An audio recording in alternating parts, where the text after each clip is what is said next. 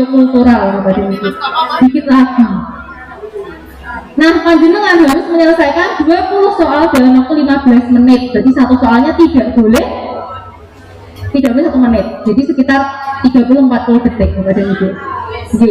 Poinnya 5, 4, 3, 2, 1. Saya kasih tahu Bapak Ibu. Nek kepepet waktune ora cukup, ojo sampai ditinggal dino ketok tanpa nilai. Karena apa Bapak Ibu? Karena tidak ada pengurangan nilai. Selain itu, saya punya tips lagi.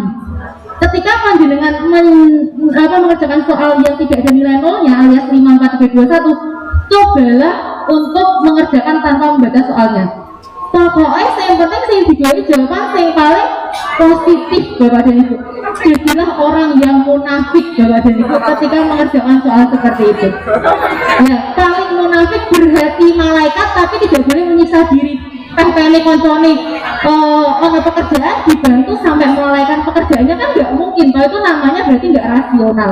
Tetap harus rasional, efektif dan efisien. Itu yang jalan ketemu sampah, padahal sampah bisa pede dan dijiko ngono Bapak dan Ibu, padahal aslinya orang. Yang penting dengan menggunakan cara menjawab yang paling munafik. Dulu saya pernah tes CPNS tahun 2015. Biji tertinggiku atau nilai tertinggi saya itu adalah TKP. TKP itu adalah tes kepribadian. Dimana karena nilai saya paling tinggi itu, jadi saya tergolong orang yang munafik. Tidak apa-apa. Memang harus gitu Bapak dan Ibu ya, berhati malaikat gitu. Lanjut, kisi-kisinya sosiokultural itu ada kepekaan terhadap perbedaan budaya, kemampuan berhubungan sosial, kepekaan terhadap konflik, pengendalian diri dan empati. Bapak tolong dong ini simbolnya dihilangin soalnya nggak bisa baca. Mohon maaf ini ya, biar cepat maksudnya. Yang pertama adalah lanjut ya Bapak dan Ibu, yang namanya kepekaan terhadap budaya itu nama lainnya adalah kesadaran terhadap budaya. Intinya kita menghargai budayanya orang lain, itu namanya kepekaan budaya. Caranya gimana? Menanamkan nilai-nilai multikulturalisme lewat sekolah, lewat orang tua ke anak, gitu. Itu namanya adalah cara-cara menanamkan nilai kepekaan terhadap budaya. Contoh soal ya Bapak dan Ibu, satu aja deh. Suatu hari Anda berlibur ke kampung sahabat Anda yang berbeda latar belakang agama dan budaya. Sahabat Anda mengajak mampir ke salah satu warung makan dan dia memesan makanan kesukaannya tetapi terlarang bagi Anda. Maka sikap yang Anda lakukan adalah A. Ikut memakan sebagai wujud toleransi beragama. B. Tidak memakannya kemudian mengajaknya berbincang tentang keistimewaan makanan itu. C. Tidak memakannya kemudian menanyakan hal lain tentang adat dan kebudayaan di kampungnya. D. Tidak ikut memakannya serta tidak berkomentar agar sahabat Anda tidak tersinggung. Dan E. Ikut mencicipinya sebagai wujud penghargaan. Yang D. Agar sahabat Anda tidak tersinggung, berarti nggak ikhlas. Jawabannya adalah yang apa? Ya, C. Tidak memakannya kemudian menanyakan hal lain tentang adat dan kebudayaan di kampungnya agar lebih memahami kebiasaan. Oh ya, jadi jawaban yang paling baik di antara yang paling baik. Lanjut, kemampuan berhubungan sosial, berarti dia bisa berinteraksi ya Bapak dan Ibu.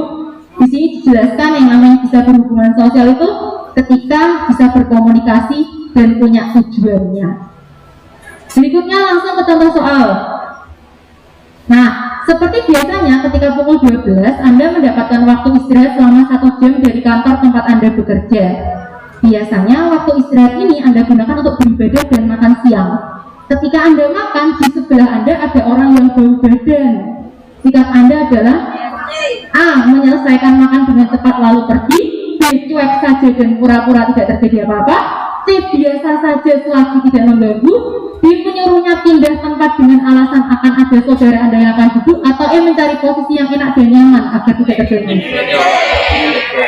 Oh Bapak ayo, ini umpamanya ya Pak ya, umpamanya ini diunggah ini terus kita makan, wong sing pindah sedak ini mau sebelah kiri terus pindah di kono, panjenengan rasanya gimana? Tersinggung ya, tersinggung. Jawaban yang paling positif adalah biasa saja selagi tidak mengganggu Bapak dan Ibu, santai aja gitu kan. Jenengan nek pindah malah ngetok-ngetoki kayak mau mambu toh Bapak dan Ibu, betul? Nggih. Pokoknya kudu hati ini malaikat pada namanya astagfirullahaladzim gitu ya, tapi ya sudah lah gitu. Oke, lanjut soal tentang kepekaan terhadap konflik. Konflik itu artinya perselisihan, percekcokan, pertentangan. Contoh soalnya, belum lama ini Anda mengetahui bahwa salah satu anggota keluarga inti Anda menjadi salah satu anggota dari sebuah organisasi yang bertujuan untuk memerdekakan diri dari NKRI. Sikap Anda sebagai seorang ASN yang pertama, mencoba menasihatinya terlebih dahulu bahwa menjadi anggota organisasi tersebut adalah sebuah kesalahan dan mengajak kembali untuk menerapkan nilai-nilai Pancasila. B. Memasukkan pada kegiatan bela negara yang diselenggarakan oleh pemerintah agar muncul rasa nasionalisme. C. Mengajak berdiskusi tentang alasannya menjadi anggota. D. Dengan tegas melaporkannya kepada pihak yang berwajib. E. Mencoba memahami bahwa itu merupakan pilihan sebagai seorang manusia. Jawabannya adalah A. Jenengan nggak usah baca soalnya, bisa toh Mbak? Di antara yang paling positif itu adalah yang A. Saelek-elek panjenengan jangan sampai dapat nilai 3. Ini orang 5, 4, syukur-syukur 5. Berikutnya materi tentang pengendalian diri, self control ya Mbak dan Ibu. Langsung ke contoh soalnya. Bentar. Nah, di dalam dunia kerja Anda kan bertemu dengan orang-orang dari latar belakang, ada yang cuek dan tidak mau tahu, ada juga yang sangat aktif mengkritik dan menyuarakan pendapat terhadap Anda. Sikap Anda, A. Bersikap terbuka terhadap kritik atau masukan.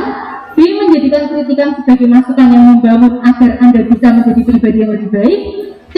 Saya jadikan kritikan sebagai bahan evaluasi. D. Berusaha menerima setiap kritikan yang dilontarkan. Atau E. Memahami karakter setiap orang yang Anda temui. Jawabannya adalah ya, menjadikan kritikan sebagai masukan. Padahal aslinya awak itu batak. 3 menit lagi ya Mas, 3 menit tanggung banget ini. Empati itu berarti merasakan apa yang dirasakan orang lain. Contohnya, yang pendek aja deh. Suatu hari Anda sedang makan di luar bersama rekan kerja. Beberapa saat kemudian datang seorang anak gelandangan yang mengatakan dirinya lapar dan meminta uang atau sisa makanan. Sikap Anda, A. Memberinya uang lalu menyuruhnya pergi. B. Memberinya sisa makanan dan uang. C. Membelikannya makanan. D. Menanyakan di mana orang tuanya. E. Menanyakan apakah dia bersekolah. Masa B. Memberikan sisa makanan, Bu? Jawabannya C. Memberikan makanan, gitu ya. Yang B itu ya kegelengan dikasih sisa. Nah, sedikit materi tentang kebudayaan ini bisa dipelajari sendiri. Pengertian kebudayaan yang paling terkenal itu Seo Sumardi, Sulaiman Sumardi. Kebudayaan adalah hasil karya rasa dan cipta. Nah, kemudian kebudayaan ada 7 unsur, ini juga harus hafal. Ada bahasa, sistem pengetahuan, sistem pemasyarakatan organisasi sosial, sistem peralatan hidup teknologi, sistem mata pencaharian, religi, dan kesenian. Kemudian lanjut kepalanya Bapak dan Ibu. Di bawah ini yang tidak termasuk unsur kebudayaan, tempat wisata. Lanjut, interaksi sosial itu ada 2, interaksi sosial asosiatif dan disosiatif. Asosiatif itu keteraturan, disosiatif itu kekacauan. Ini gitu. Asosiatif itu ada kerjasama, akomodasi, asimilasi, akulturasi. Kalau disosiatif sing elek-elek, persaingan, kontravensi, pertikaian, dan konflik. Nah, Bapak dan Ibu, paling yang perlu saya jelaskan itu asimilasi dan juga akulturasi. Nah, asimilasi budaya siji, budaya loro gabung jadi budaya baru. Akulturasi budaya 1, budaya 2 berjalan beriringan. Kemudian interaksi sosial disosiatif itu ada persaingan, kontravensi, pertikaian. Ya, perbedaan kontravensi dan pertikaian. Nek kontravensi kuwi musuhan tapi sembunyi-sembunyi, biasanya fitnah contohnya.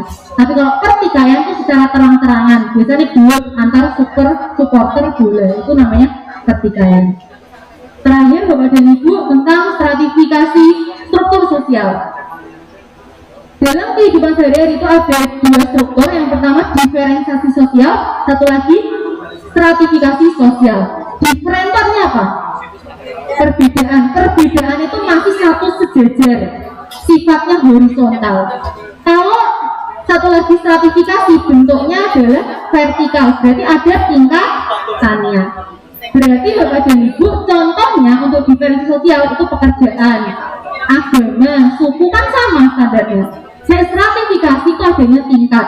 Contohnya adalah kasta. Orang di Bali namanya Ida Ayu, Ida Bagus paling tinggi. Orang Bugis namanya Baik, namanya Andi itu paling tinggi. Itu namanya kasta. Itu dia Bapak dan Ibu materi tentang struktur sosial. Terakhir adalah pantun. Saya yang baca pantun dengan cakep. Putih-putih bunga melati, harum wangi di pagi hari. Materi saya cukup di sini. Jika rindu harap hubungi. Wassalamualaikum warahmatullahi wabarakatuh.